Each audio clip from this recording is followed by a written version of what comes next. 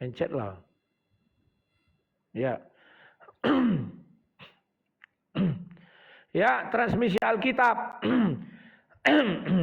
Di dalam ajaran Kristen, kalau saya sebagai Kristen Indonesia, maka saya mengatakan bahwa Bible itu dalamnya, maka saya harus keluar daripadanya. Ya, jadi bagaimana itu sampai kepada saya? Itu transmisi itu sebenarnya untuk media elektronik, tapi dipakai ya. Itu bermula dari kanonisasi ya, dari orang Katolik ya. Kanonisasi dari Katolik, terciptalah Injil-Injil Matius, Markus, Lukas dan segala macamnya. Dulu kan Kristen masih satu. Jadi saya ini adalah pengikut Martin Luther di abad ke-15. Tahun 1500 sekian ya, 14 kalau saya nggak salah. Nah, mengenai bagaimana itu tercipta ya. Pertama tahun 1928 memang ada Abdullah bin Abdul Qadir Munshi, orang Malaysia. Diminta oleh orang Belanda untuk menerjemahkan Bible itu ke dalam bahasa Malaysia atau Melayu. Maka dari itu kita lihatlah terjemahan lama itu ada Isa, ada Yahya dan segala macamnya. Kemudian terbitlah yang namanya EYD, ejaan yang disempurnakan tahun 1972. Tahun 1972 itulah yang kita pakai sampai pertengahan tahun 1990-an segini ya. Maka muncul lagi terjemahan baru. Kenapa itu terus-menerus ada? Karena bahasa Indonesia belumlah memenuhi seluruh unsur-unsur yang ada di dalam bahasa dunia itu. Kemudian LAI di Indonesia ada dua ya, KWI dan LAI. Lembaga Biblika Indonesia, Lembaga Alkitab Indonesia, KWI Konferensi Wali Gereja Indonesia, nama penerbitannya apa ya? Lupa aku. Mulailah mereka menerjemahkan menjadi sekarang bahasa terjemahan baru namanya. Dan yang terbaru lagi ada lagi terjemahan terbaru. Saya hanya menggunakan itu kawan, tidak lebih dan tidak kurang. Saya tidak menggunakan bahasa-bahasa yang dulu itu bahasa Ibrani, bahasa Yunani. Karena saya adalah Kristen Indonesia.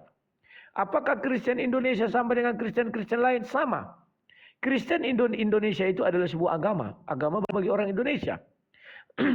Kristen di luar negeri beda-beda lagi. Ya, makanya saya katakan bahwa saya adalah Kristen Indonesia menggunakan Alkitab yang saya pegang sekarang berbahasa Indonesia.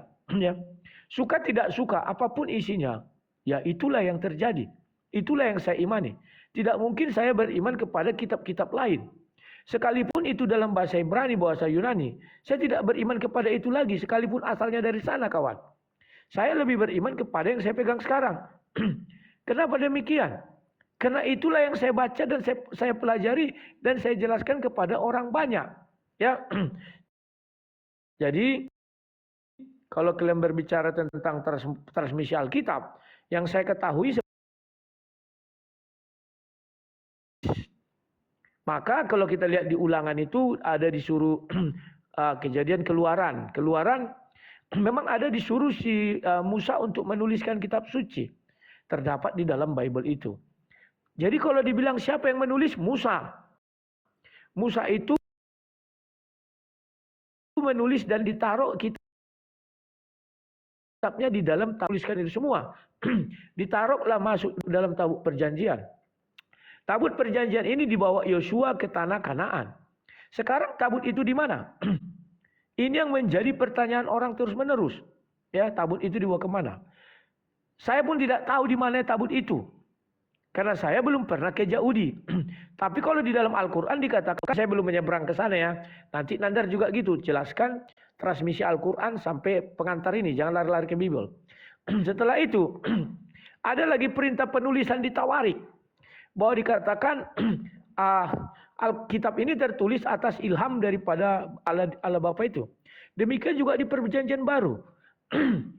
Perintah penulisan ada dan perkataan penulisan dari ilham Roh Kudus ada. Ya. Bahkan di Yohanes dikatakan tidak semua peristiwa ini bisa dituliskan. Ya. Penutupnya itu di Yohanes terakhir ya 21 itu. Jadi jelaslah bahwa Alkitab ini dituliskan. Dari mana saya tahu? Dari Alkitab itu sendiri mengatakan demikian. Transmisinya jelas. Ya. Kitab-kitab tuanya jelas. Kalau di Indonesia kitab 1928 masih ada, saya pernah baca. Memang Yahya dibuat di situ, juga dibuat di situ adalah Isa.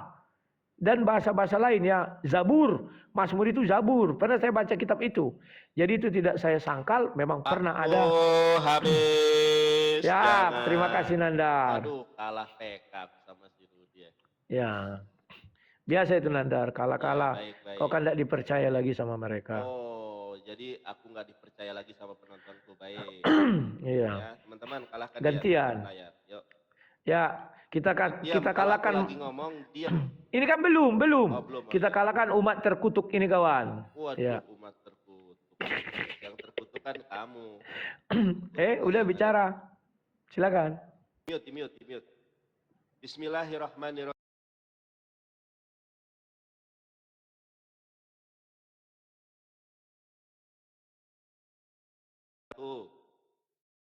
Qala Allah Ta'ala fi kitabihil karim, a'udzu billahi minasyaitonir rajim, huwallazi arsala rasulahu bil huda wa dinil haqqi liyudhhirahu 'alad dini kullih walau karihal musyrikun. Dialah Allah yang telah mengutus Nabi Muhammad dengan membawa petunjuk, bukan membawa pedang. Matius 10:34, Yesus membawa pedang. Wadinil haqqi, dan dengan membawa agama yang benar, bukan agama hasil ucapan si Paulus dalam Kisah para Rasul 11:26. Liyudhhirahu 'ala dini kulli walau karihal musyrikun. Agama kebenaran Islam ini akan dimenangkan atas seluruh agama karena kebenarannya. Tidak ada debater Kristen yang bisa dan mampu mengalahkan debater Muslim, terutama Bang Juma, Evangelis Jonathan Nandar, dan rekan-rekan yang lain, bukan karena kami hebat, tapi karena kebenaran Islam. Rupanya si Rudi di awal saja sudah nggak nyambung. Kita itu bukan transmisi terjemahan, yang kita bahas ini transmisi kitab suci, bukan transmisi terjemahan. Teman-teman, Al-Quran ini terjaga oleh Allah sebagaimana di dalam Quran surat Al-Hijr ayat ke-9. A'udzubillahi minasyaitonirrajim. Inna nahnu nazzalna dzikra wa inna lahu lahafizun. Allah lah yang menurunkan Al-Quran, maka Allah pula yang menjaganya. Dan terjaganya Al-Quran bukan dengan terjemahan sebagaimana kitab suci orang-orang kafir, tetapi terjaganya Al-Quran dengan human software, yaitu dengan hafalan. Miliaran orang hafal Quran.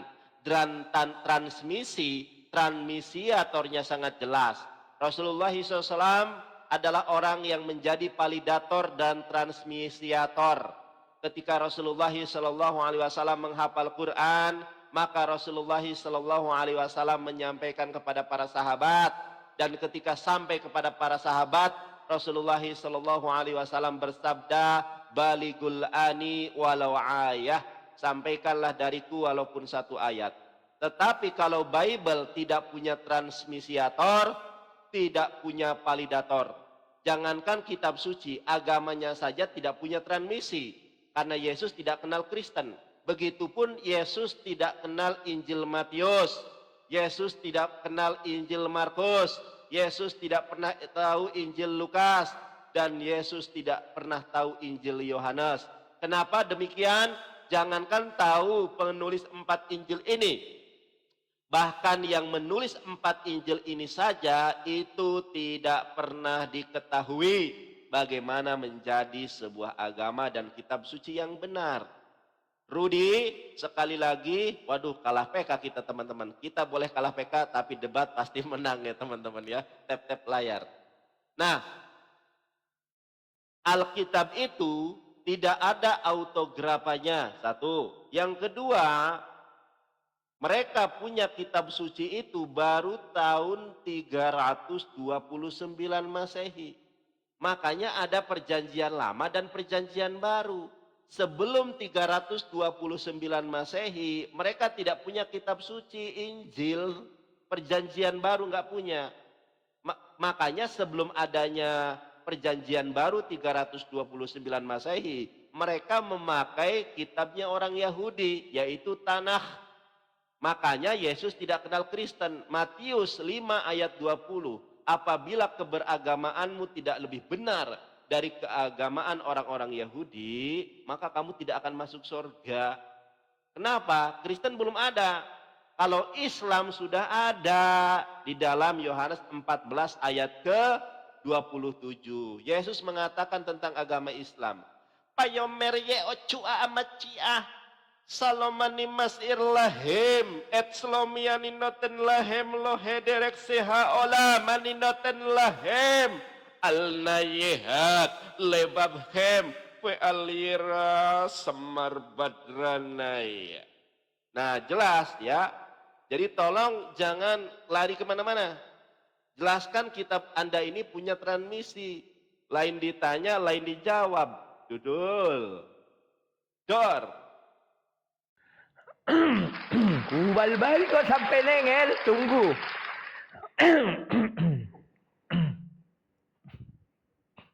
Oke, waduh. Kita kalah PK guys. Panas Sultan nih. Alah dong, debat pun mana pernah menang kalian sama ahlul kitab. Ya.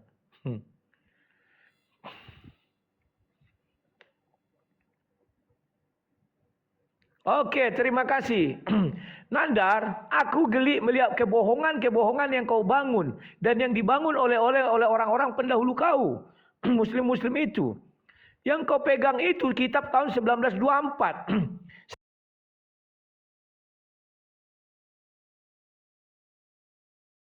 Ya. Kemudian kau bilang tidak punya autograf. Memang Al-Quran punya autograf? Enggak punya. Alasannya apa? Oh, terbakar. Mana ada autograf Al-Quran? Oh, Al-Quran dijaga dengan lisan, dengan hafalan. Oke. Tolong kau hadirkan di hadapan kami. Hafalan tertua itu mana? Berupa rekaman suara. Kalau bisa kau hadirkan, ku crack ini, crack 2. Hafalan tertua berupa rekaman suara. Karena untuk pembuktian hafalan ya harus dengan suara dong. Kalau untuk pembuktian kitab harus dengan kertas dong atau tulisan. Kalian nggak punya apa-apa di muka bumi ini, Nandar. Apa kebetulan Injil Basiledes termaktub di dalam Al-Quran? Apa kebetulan Injil Thomas termaktub di dalam Al-Quran? Pakai ini. 1924 di Aljazair di Kairo, Al-Azhar, Universitas Al-Azhar mengumpulkanlah sebuah proyek pengkanonan Al-Quran. Jangan kau bohong. Hafiz yang kau bilang sekarang ini, itu kan produk 1924. Bukan produk sebelum 1924. Untuk membuktikan itu, tolong kau tunjukkan rekaman tertua suara itu. Kalau ada. Gak bisa kalian tunjukkan. Artinya kau pembohong, pembual. Kalau kau seorang pengacara, ilmu lawyer, kalau tidak ada alat bukti, pembual, pembohong, tidak diterima. Jadi yang diterima yang di mana? Yang di Birmingham. Hanya 2.000 surah. Kan lucu. Ya. Bagaimana sih kau ini, Nandar? Kemudian, Nandar, sebentar, aku mau ngambil sebuah gambar dulu. Ini ada beberapa jenis Quran. Which Quran? Ya, ada 26 jenis Quran. Ini gimana cara melihat tunjukannya nih? Ini. Oh, aku balikkan dulu kamera ya. Tunggu dulu. Biar kau jelas, Nandar. Putar balik kamera. Oke. Ini ada 26. Nampak ya? Nampak? Nah, ini. Sudah? Pertanyaanku yang pertama, Deparas Quran, Habs Quran, Kulam Quran, Al-Bazi Quran, Kunbul Quran, Al-Duri Quran, Al-Suri Quran, Hisam Quran, Ibnu Dakwan Quran, Kalaf Quran, Kalif, banyaklah dan sebagainya. Yang mana kira-kira ini yang di Lauful Mahfuz itu? Dari semua yang ada ini, yang mana di Lauful Mahfuz itu? Kita ingin tahu, Nandar. Jadi, Nandar, jangan kau berbicara kalian punya fakta otentik Quran, kalian tidak ada. Secara hafalan, mana rekaman tertua? Enggak ada. Jadi kalian hanya omong kosong. Kecuali ada rekaman tertua atau orang yang tertua yang masih hidup. Untuk kita buktikan, kita dengarkan hafalannya sekarang. Ada enggak? Enggak ada, tentu sudah mati semua. Yang dijaga di surah 15 ayat 9. Al-Quran yang di dalam hati Nabi Muhammad. Itu Al-Quran. Bukan yang ditulis. Saya belum lihat pernyataan Allah SWT melindungi Quran yang tertulis. Nggak ada. Maka ditulis itu bukan kitab, tapi Al-Quran doang. Al-Quran itu yang di dalam hati Rasulullah SAW. Jangan kau ngarang-ngarang kitabmu itu. Itu kitabmu itu nggak jelas asal-usulnya, Nandar. Oh, yang di Yamen itu yang paling tua. Bagaimana kau bilang yang di Yamen itu paling tua? Itu tahun berapa, Nandar? Nggak juga tahun zaman Muhammad. Jangan kau bohongi semua orang. Kau bilang Kristen belum ada. 329 baru di kanon. Itu aja kau sudah mengakui. Anggaplah itu kitab kami yang 329. Kan aku bilang dari Katolik. Yang ku pegang sekarang artinya ada sumbernya. Lah kau mana? 1924. Nggak ada cerita. Yang ku imani yang itu, Nandar. Yang kau bilang di kanon 329. Aku ikut kata kau. Sudah. Baru kau bilang Kristen belum ada. Di Antioquia lebih dahulu Kristen ada dari Islam, Nandar. Terima kasih. Kena balbal kau kan? Tahu rasa kau. Masa kita Deriko, sabar Bang Deriko ya, nanti pas PK. Makasih ya Bang Deriko. Kita dihina-hina karena kalah PK. Sorry Nandar, aku karena PK nggak apa-apa. Ya, jangan dibangun narasi yang lain dong. Ya, sabar ya, sebentar ya. Sebentar. Mana ya?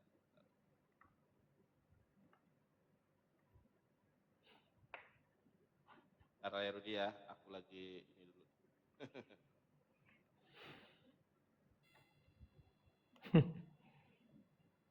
Terima match. Lama kali, udah jam berapa ini? Lambat kali.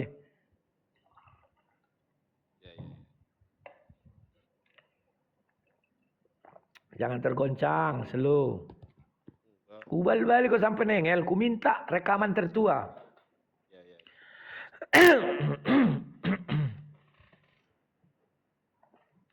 Mungkin pada saat itu sudah ada tape recorder. Pembual. Kalau bualan kalian selama ini tinggi kali, kupatahkan semua, lihat. Makan permen dulu. Kita mulai ya.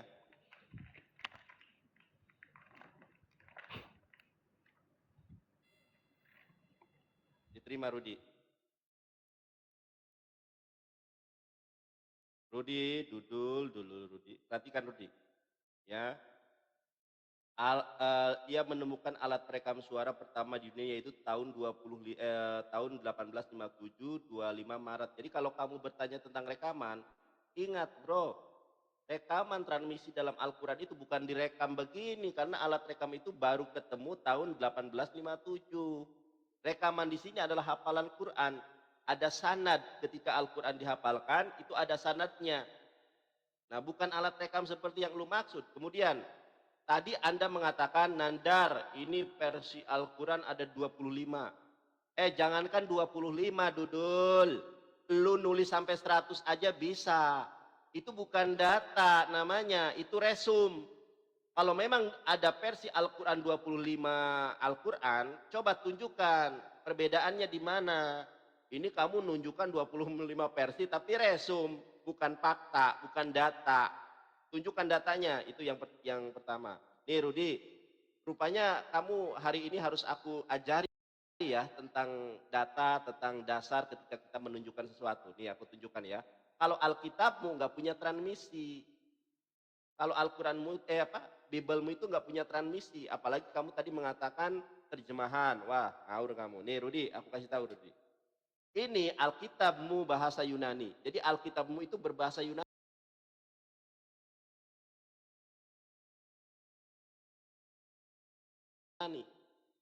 Nah, Katolik, saya tunjukkan data dari Katolik. Ternyata kitabmu ini kitab tidak jelas.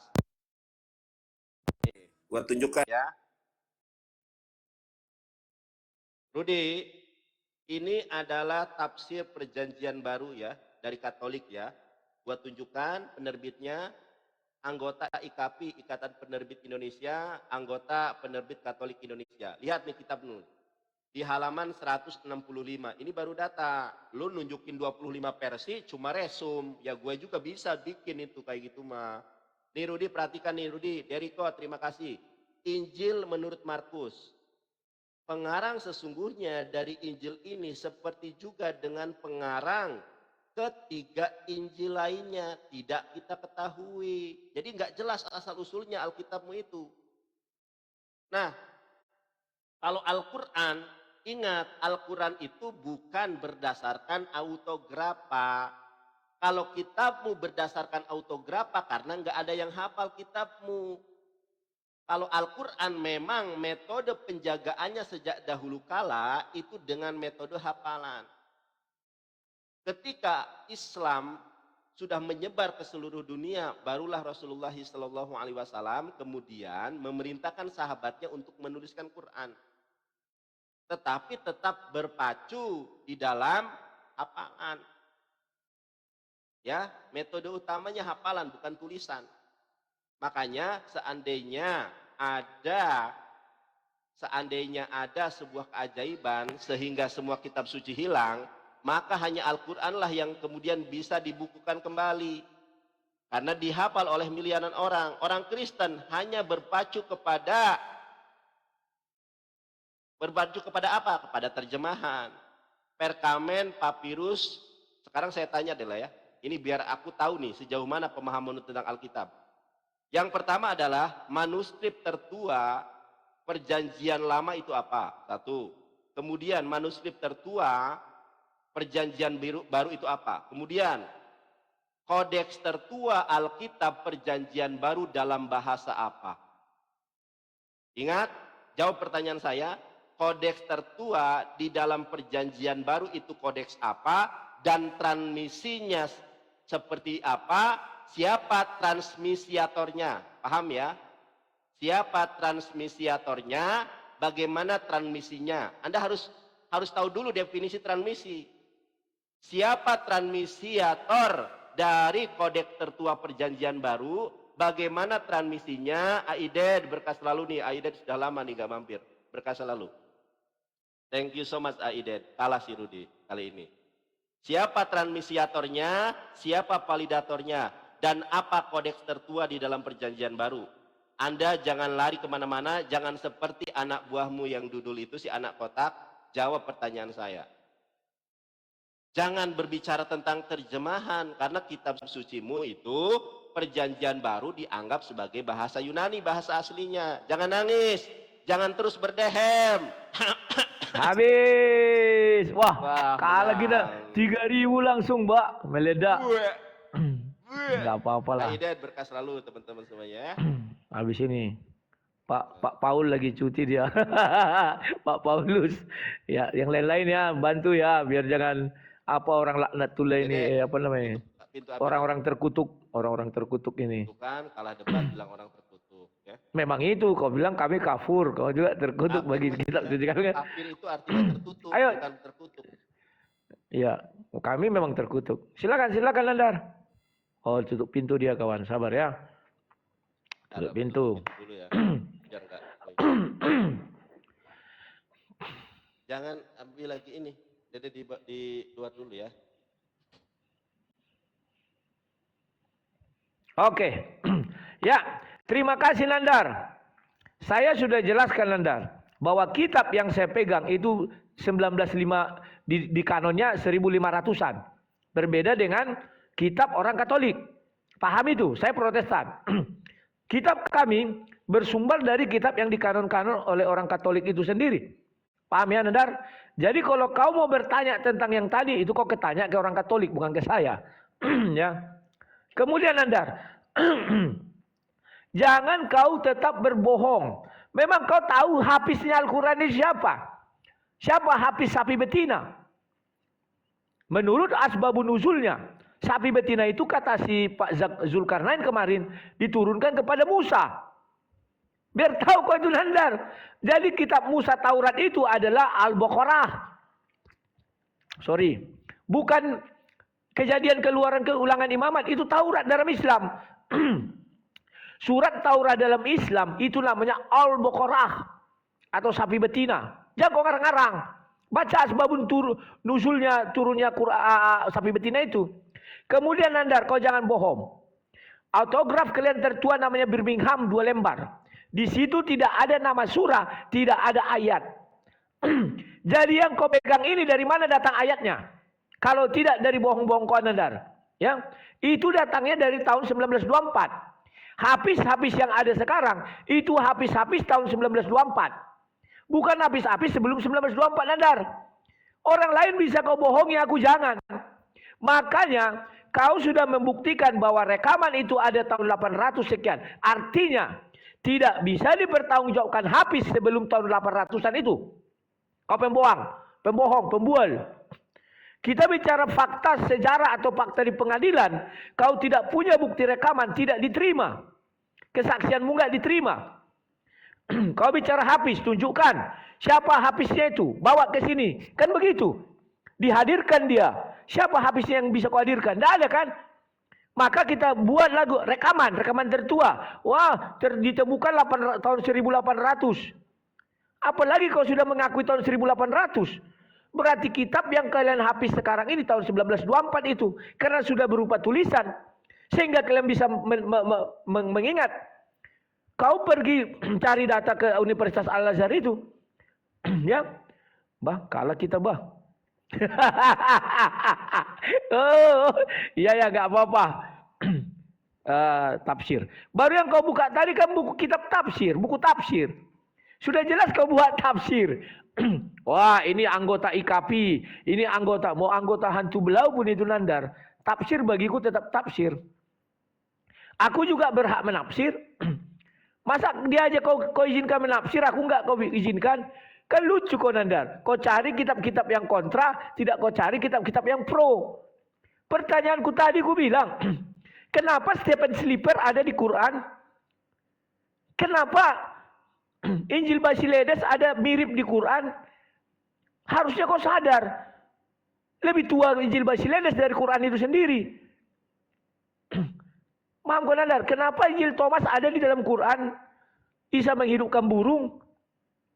Harusnya kau paham itu. Cerita-cerita Israelian pun ada di dalamnya. Kan lawak-lawak kau ini Nandar. Oke. Sekarang ini kau lihat ini ya. 25 versi yang tadi itu. Oh, kau harus bisa menunjukkan. Bagaimana aku mau menunjukkannya? Mau kemana aku cari Nandar? Tapi itulah yang tertulis di dalam dunia maya. Malas aku mencari. Nanti kau suruh baca bahasa Arabnya. Yang mana di Laut Mahfuz itu punya Habs? Kau tahu Habs kan? Pasti kau akui ya. Dan ada versi lain. Pasti ada. Jangan kau bilang nggak ada Nandar. Pahami dulu itu dengan baik dan benar. Baru kita berdiskusi Nandar dengan waras. Ya. Jadi Nandar. Bahwa sampai kiamat pun kalian tidak bisa membuktikan Al-Quran kalian itu adalah Al-Quran yang benar-benar Quran yang di dalam hati Nabi Muhammad. Karena kalau kau bawa dari catatan tua, autograf nggak punya. Hanya Birmingham 2 itu andalan kalian. Itu pun tidak ada tulis ayat. Hanya titik, nggak ada ayat 1, ayat 2, 3. Mana mungkin siapa namanya itu? Jibril berfirman. Surah sapi betina 1. Nggak ada itu. Al-Baqarah 1. Nggak ada karena kita lihat di hadis. Lompat-lompat itu semua turunnya ayat. Kemudian Nandar, kau tidak punya bukti otentik. Rekaman suara. Dari habis itu untuk kita cocokkan. Rekaman tertua nggak ada. Selamat siang. Oke Nandar, satu putaran lagi ya. Oke, Ketawa lagi. orang. Kan udah kita sepakati tadi jamnya ada jam 10. Gak apa-apa. Kalah terus aku Nandar. Nggak usah lah main. Waktunya. Kan belum kau buat. Nggak usah lah main PK lu kita. Salah lu. Sudah pada berdatangan Sekarang anggota aku lagi Sinandar. ngomong, jangan berbicara. Ya kan belum ngomong kau. Tunggu dulu. Diterima.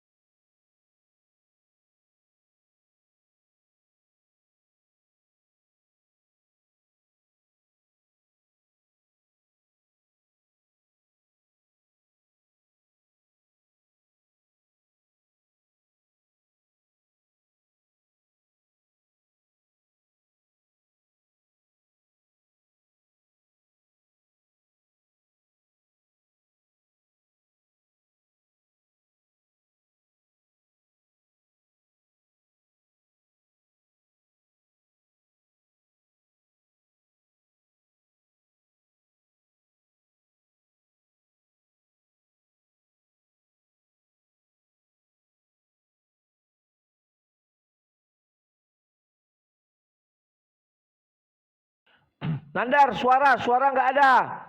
Aduh, lu, Oi. woi, lu kenapa baru ngomong suara gua nggak ada setelah gua ngomong, wah lu Aku curang. dari tadi teriak. Aku Oke. teriak-teriak. Rupanya apa aku Oke, gua mute gua mikrofonku ulang. termute. Udah Oke, teriak-teriak gua aku. ini dulu ya, nanti gua tambahin waktu 2 menit ya. Soalnya gua ngomong dari tadi lu diemin aja kalau gua mute. Baik. Teman-teman, si Rudi ini ngawur gitu ya. Ini kuku mute. Oke. Teman-teman, si Rudi ngawur. Pertama, si Rudi mengatakan Al-Qur'an di kanon tahun 1923. Ya, padahal Al-Qur'an itu nggak ada kanonisasi. Yang ada istilah kanonisasi itu hanya Bible. Karena Bible ini memang diciptakan oleh Imperium Romawi dan kroco-kroconya. Al-Quran nggak ada kanonisasi, Rudi. Itu yang pertama. Kemudian si Rudi tadi mengatakan bahwa Al-Quran itu apa ya tadi ya? Al-Quran 1923. Rudi, Al-Quran itu bukan di kanon tahun 1923 dan nggak ada istilah kanon. Al-Quran itu sudah ada sejak Nabi Muhammad dan sudah dihafal oleh puluhan ribu orang, bahkan miliaran orang sudah hafal Quran. Nah, nyatanya kita lihat nih, Anda mengatakan Al-Quran baru ditulis tahun 1923. Sejarah yang sudah teruji karbon, yang sudah masuk museum di Indonesia, Al-Quran kuno, warisan Raja Patipi, bukti Islam masuk Papua abad ke-13, ada bukti konkretnya. 1923 itu ngawur kamu. Ternyata 1300 tahun yang lalu itu sudah ada, mohon maaf, tahun 1300 tahun, 1300-an di Indonesia sudah ada Al-Quran. Bukan tahun 1923 seperti yang kau bacotkan itu. Nah, kemudian karena keterbelakangan dan ketidakmampuan Anda menjawab, tadi Anda ngawur. Nandar, kitab Protestan itu tidak ikut dengan konsili Nikea, tidak ikut. Lu ngawur banget, Rudi. Ngawur lu. Karena kengawuranmu ini timbul sebuah pertanyaan. Pertanyaannya adalah pertanyaan yang tadi awal saya tanyakan. Pertama, kitab atau kodeks tertua perjanjian baru itu namanya kodeks apa? Ingat ya, kodeks apa kodeks tertua di dalam Alkitab perjanjian baru? Anda jawab, jangan lari kemana-mana. Kodeks tertua apa dalam perjanjian baru? Satu. Kemudian bagaimana transmisinya? Ketiga, bagaimana validatornya? Apakah Yesus memvalidasi kodeks tertua tersebut? Kalau Al-Quran itu transmisinya Rasulullah, validatornya Rasulullah. Anda mengatakan Quran ada 25 versi. Tanpa kemudian menyebutkan, ini Nandar, versi yang pertama begini, versi yang kedua begitu. Kalau saya mampu menunjukkan bagaimana kengawuran Alkitab. Contoh Lukas 10 ayat ke-1, berapa murid yang diutus oleh Yesus? Ya, coba Anda jelaskan kepada saya. Lukas 10 ayat ke-1, berapa murid yang diutus oleh Yesus? Di dalam kodeks tertua yang diutus 72 murid. Tetapi di dalam terjemahanmu 70 murid. Tolong jelaskan kepada saya. Belum, waktunya aku masih 2 menit lagi. Tadi 2 menit gua ngomong, lu diem aja. Bentar. Ya, contoh nih. Gua kasih contoh Rudi ya. Mana nih? Ntar ya, mudah-mudahan waktunya cukup. 2 menit lagi nih, 2. Tadi gua ngomong lu diem aja. Harusnya Bang Nandar suaranya mute. Nah, ngomong harusnya. Ini lu nggak sportif lu, payah lu. Oke. Nih. Oke, ntar ya, aku buka dulu data ya. Cukup nggak? Kalau nggak cukup ya nanti di sesi closing ya. Karena kamu kabur kan.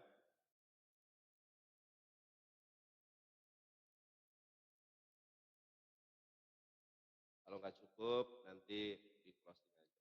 Bentar Rudi ya. Udah nggak apa-apa lah, nanti di sesi berikutnya aja. Gua buka dari sini aja.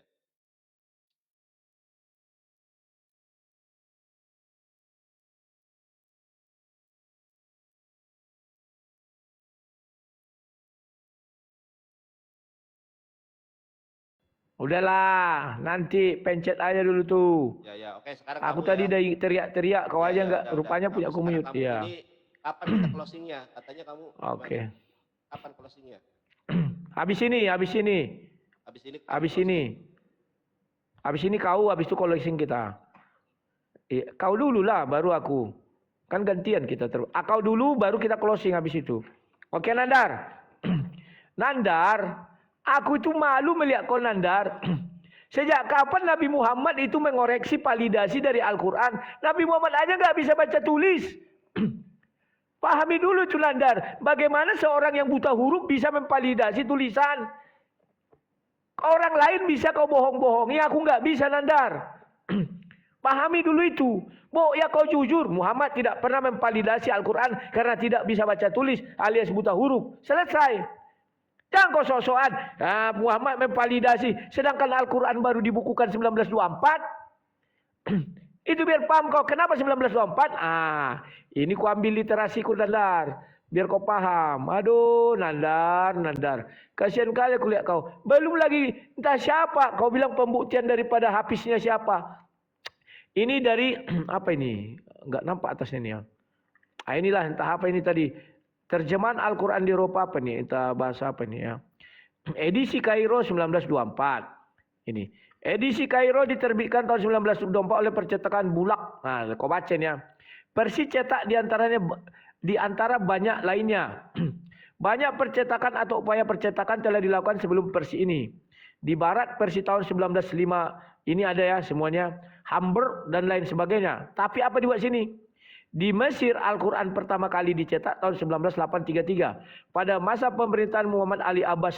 Namun para ulama lembaga Al-Azhar memerintahkan penyitaan buku tersebut dengan alasan bahwa buku tersebut mengandung beberapa kesalahan dan tinta yang digunakan tidak murni. Oleh karena itu, versi 1924 merupakan edisi pertama yang diterbitkan dunia Arab. Ya banyak kali cerita Nandar. Ya, terima kasih Pak Paulus. Kau itu orang-orang yang banyak cerita, Nandar. Tidak ada guna sama aku, Nandar. Orang lain bisa kau bohongi, aku enggak. Jadi banyak kesalahan dari versi-versi terdahulu. Makanya di Al-Azhar itu dikumpulkanlah para ahli-ahli untuk mengkanon. Jangan kau bilang enggak ada di kanon. Itu kan di kanon namanya, Nandar. Yang kau pakai itu kanon. Nah, sekarang kalau kau bilang, Nandar, bahwa ketika kau melihat versi Al-Quranmu yang sekarang ini, Nandar, yang dihapis orang, itu versi 1924. Makanya aku bilang kau nggak punya rekaman tertua. Jangan kau banyak kali cakap. Kecuali kau punya rekaman suara tertua, kita ambil Al-Quran kita cocokkan. Kan tidak ada. Al-Quran tidak bisa dibuktikan keasliannya dari cara apapun. Baik cara autograf maupun cara suara atau hafis, nggak bisa dibuktikan. Pembual kau, Nandar. Makanya itu dulu memang kita bisa dibilang orang, wah tidak terubah, tidak teredit, satu titik pun tidak ada. Ternyata yang di Birmingham tidak ada ayat satu pun. Ayat 1, ayat 2, ayat 3 enggak ada, Nandar. Bisa kau buka itu cetakan lamanya. Sudah. Selain mengatakan itu dihafal. Setelah kita minta mana rekaman tertua hafalan. Kau mengatakan 1825 itulah baru ditemukan rekorder. Artinya Al-Quran tidak dibuktikan, tidak bisa dibuktikan keasliannya. Jadi apa? Angan-angan atau hayalan atau asumsi atau polemikus. Kalianlah orang-orang berasumsi. Kalau kami masih bisa. Bagaimana membuktikannya? Sudah di kanon tahun 329 kau akui. Ya itu saja patokan kami. Anggap itu yang tertua. Belum lagi catatan-catatan tua yang masa lampau. Jadi, Nandar, sudahlah, Nandar. Kitabmu tidak bisa dikatakan itu asli. Tidak bisa diuji keautentikannya. Karena apa? Baik secara autograf tidak bisa dibuktikan. Maupun secara hafis tidak bisa dibuktikan. Jadi kesimpulannya apa? Omong doang. Omong kosong. Ya, Nandar ya. Jadi jangan coba-coba melawan transformasi Alkitab. Jelas. Ada kanonisasinya, ada timnya. Kami nggak pernah mengatakan itu dicek oleh Yesus. Memang benar nggak pernah Yesus mencek itu. Waduh, sayang kali di YouTube-ku patah. Aduh. Sebentar ya. Sayang kali. Apa yang terjadi nih? Apa yang terjadi pada diriku? Oh, padahal harusnya di YouTube ini dengar orang juga. Oke, itu yang bisa aku sampaikan Nandar. Terima kasih, silakan. Kalau ada yang masih mau kau sampaikan. Waktu ini apa namanya itu tanggapan aku terakhir, terus nanti closing aku. Ya karena Kau duluan tanggapan. ya, baik.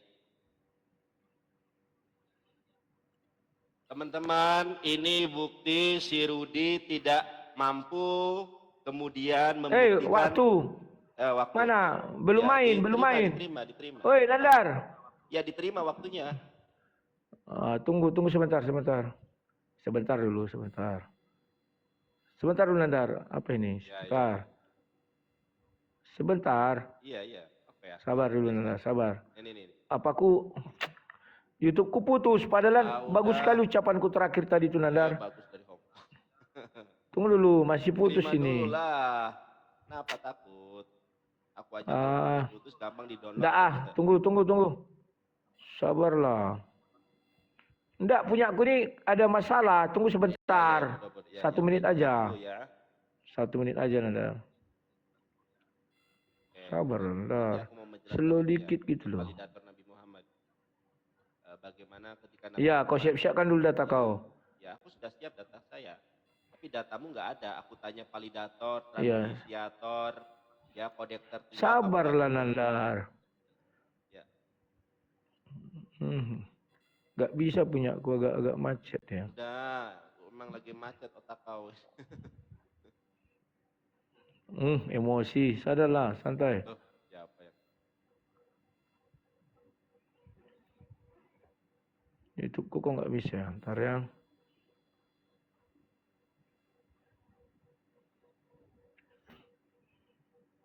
Sabar.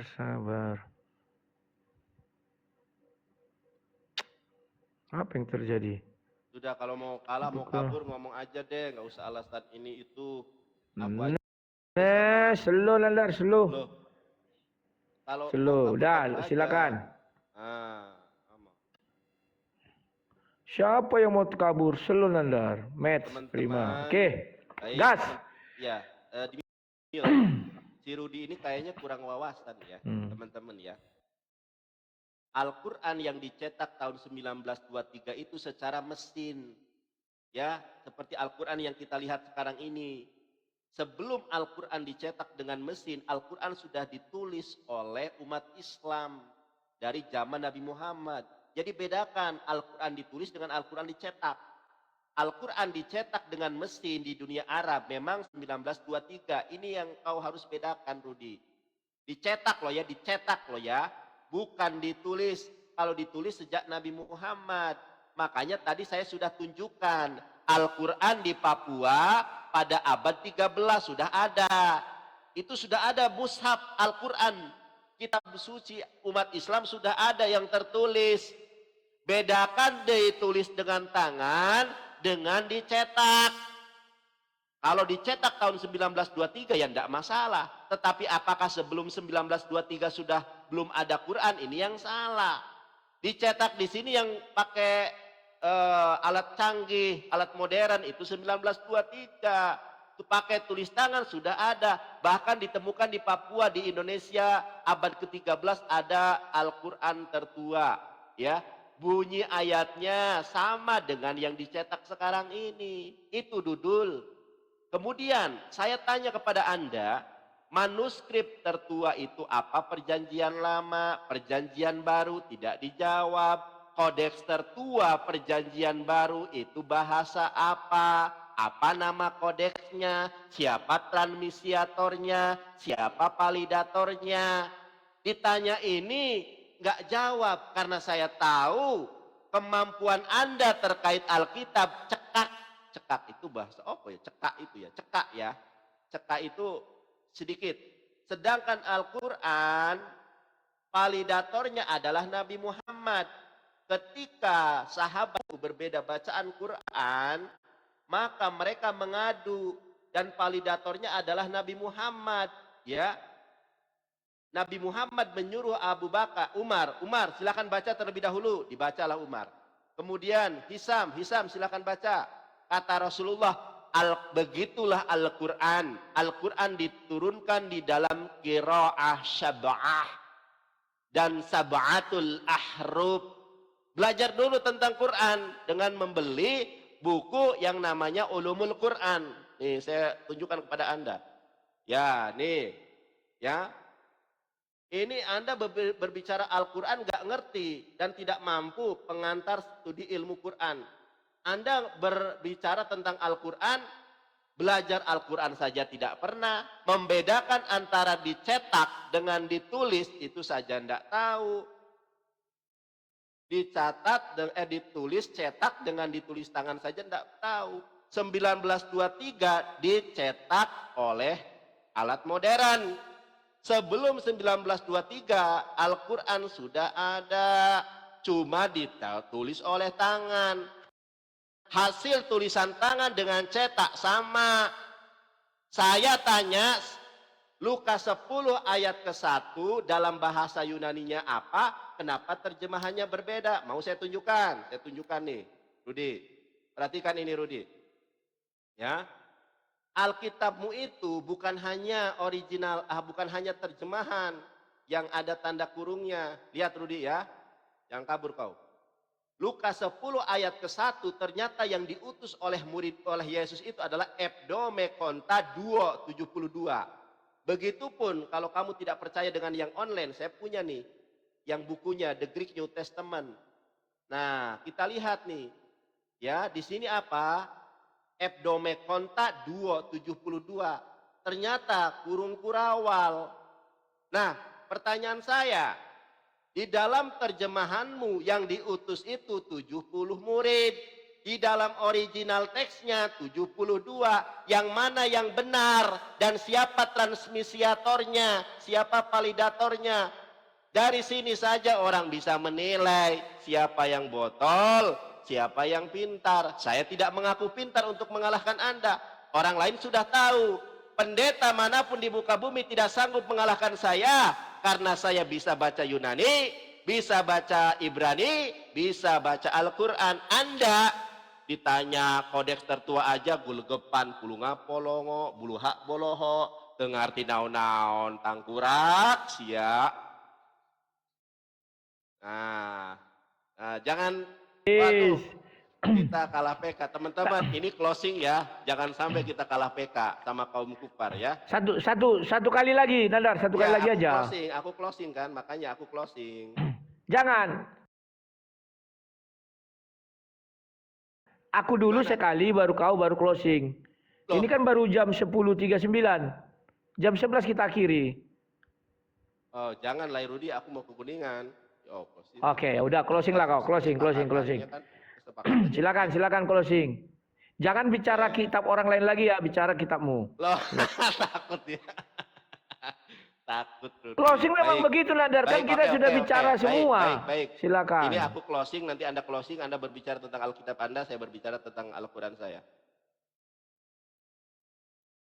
Bismillahirrahmanirrahim. Assalamualaikum warahmatullahi wabarakatuh. Alhamdulillahirabbil alamin. Wassalatu wassalamu ala nabiyina Muhammadin wa ala alihi wa ashabi ajmain. Hosana ila Nabi Muhammad SAW di tempat yang maha tinggi. Hosana ila Nabi Muhammad SAW di tempat yang maha tinggi. Hosana leben Yesus. Bam Romim. Teman-teman semuanya, kita sudah mengikuti jalannya diskusi selama 1 jam ini. Kalau Al-Quran jelas, ya transmisiatornya, validatornya, bahkan satu-satunya kitab suci yang terjaga kemurniannya hanya Al-Quran. Bahkan bukan hanya sebagai mukjizat. Quran surat Al-Baqarah ayat 23-24, Allah Subhanahu wa taala berfirman,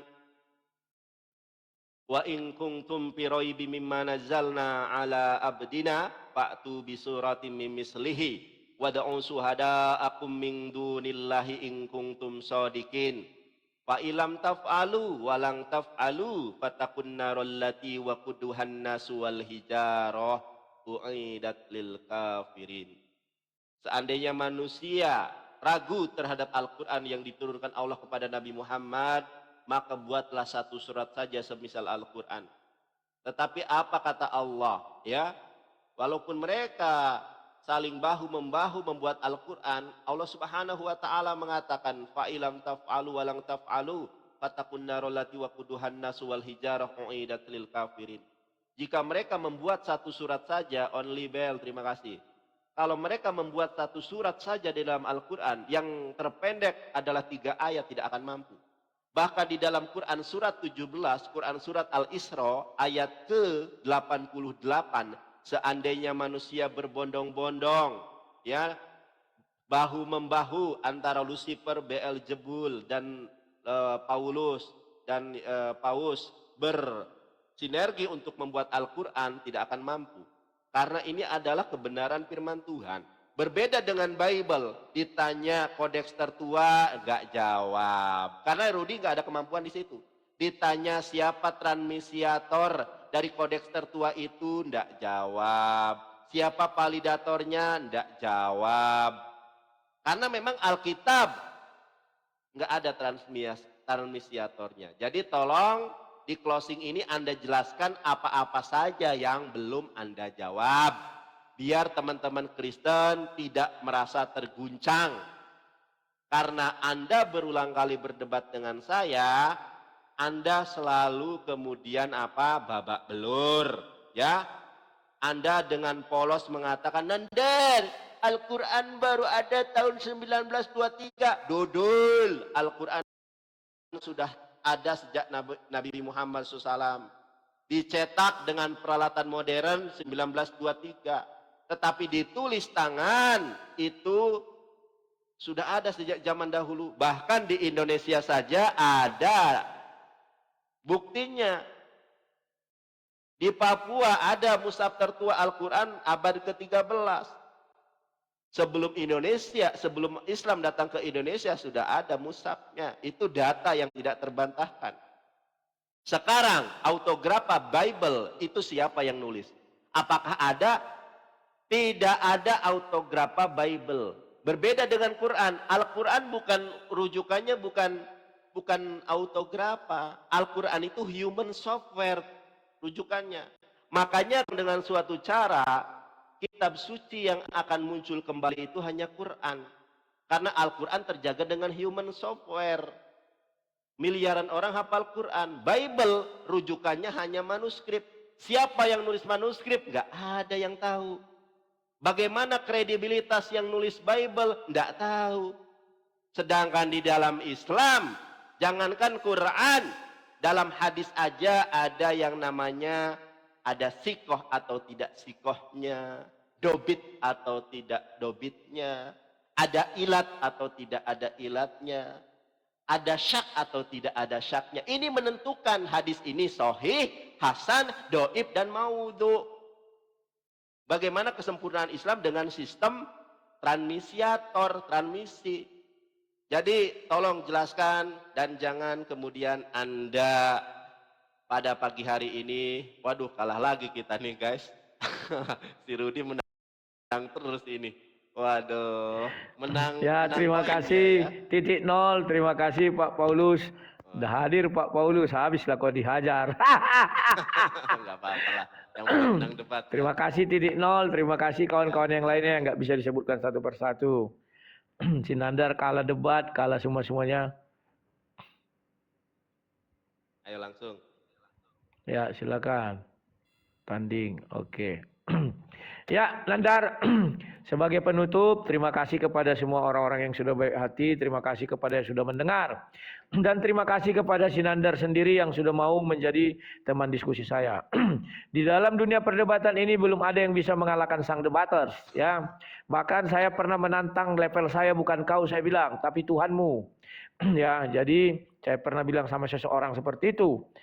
Yang semua itu hanya bisa bacot-bacot doang, ya. Kita berbicara tentang kitab suci, pembuktian sohinya atau pembuktian keasliannya, tidak punya data otentik. Ya, kalau dibilang itu berupa tulisan, tidak ada perintah menulis. Bagaimana yang buta huruf bisa mengoreksi kitab suci? Kan lawak. Kemudian kalau dikatakan itu berupa apalannya, dari mana bisa rekaman tertua nggak ada? Jadi semua hanya omong kosong untuk membesar-besarkan diri, untuk menipu-nipu banyak orang agar kelihatan hebat, agar kelihatan luar biasa, ya. Kemudian mengenai kitab suci yang datang belakangan itu sudah dijelaskan di Yeremia 23 bahwa kitab suci itu dibawa oleh nabi palsu yang mana tersimpan di dalam hati, yang mana kemudian disampaikan dari mulut ke mulut. Semua tertulis di Yeremia, ya. Itulah ciri-ciri kitab palsu karena tidak bisa dilindungi atau tidak ada tulisan tertua. Ya. Kemudian aku bicara Kristen nih loh ya, bukan bicara Sinandar. Ya. Kemudian bahwa kitab suci harus kita akui memang transmisinya itu kalau di Bible itu sangat jelas, itu diperintahkan ditulis, ya. Jadi sangat mungkin ditemukan kitab-kitab kunonya, kitab-kitab tuanya. Meskipun ada yang mengatakan itu tidak asli lagi, tetapi itu pasti disalin dari apa yang telah diucapkan para nabi-nabi terdahulu atau disalin dari kitab nabi-nabi itu, ya. Tetapi kalau ada yang bilang bahwa itu diucapkan itu semua bohong. Bohong kenapa? Untuk membuktikan, untuk menutupi bahwa mereka tidak punya data otentik, maka dibilanglah di kepala atau di pikiran, dibilanglah di hati, dibilanglah di bibir. Jadi sulit membuktikannya. Satu-satunya cara kalau diucapkan maka harus ada rekaman tertua. Atau yang masih hidup orang-orang itu sebagai bukti memang ada barang itu. Kalau tidak ada itu namanya omong kosong, omong doang, nol besar, ya. Tapi kalau ada orang yang masih hidup dibawa, inilah buktinya. Nah, sekarang yang sekarang banyak diingat-ingat orang adalah yang terjadi atau yang diciptakan setelah zaman modern, ya. Sebelumnya bagaimana membuktikan keaslian kitab suci? Enggak ada. Jangan banyak cerita kecuali Bible. Sudah di kanon 329, di kanon tahun 150 sudah mulai ditulis dan sampai sekarang juga masih ada. Dan saya tetap berpegang teguh bahwa Bible adalah kitab yang bisa diuji keasliannya. Itulah sebabnya banyak dibicarakan. Bible tidak pernah menantang orang untuk menulis satu kitab. Karena kalau ditantang orang menulis satu kitab, terus orang ada yang membuat satu kitab itu dan kita lapor polisi, kan tidak sportif namanya. Ya, itu omong-omong kosong. Ditantang kita untuk membuat satu kitab di dalam Bible misalnya. Terus ketika ada yang membuat, lapor polisi. Ya takutlah orang. Tapi kalau ada pernyataan, kami tidak akan melaporkan kau ke polisi. Saya akan membuat kitab yang lebih hebat dari situ. Kan yang ditantang-tantang itu.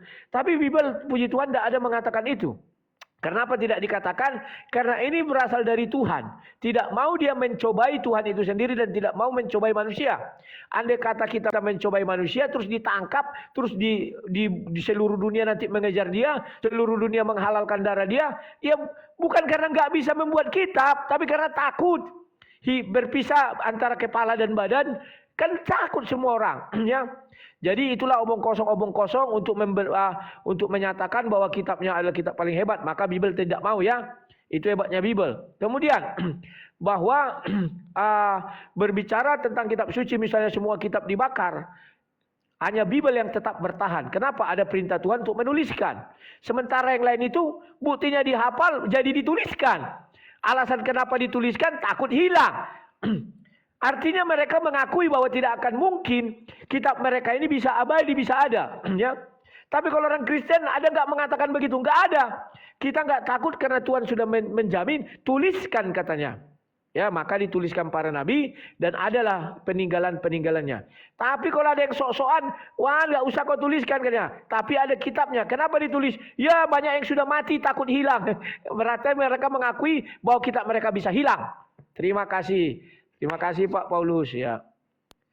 Oke Nandar, ya, ada lagi yang mau kau apakan? Tidak ada? Aja. Ngomong asal ngomong ceplak aja.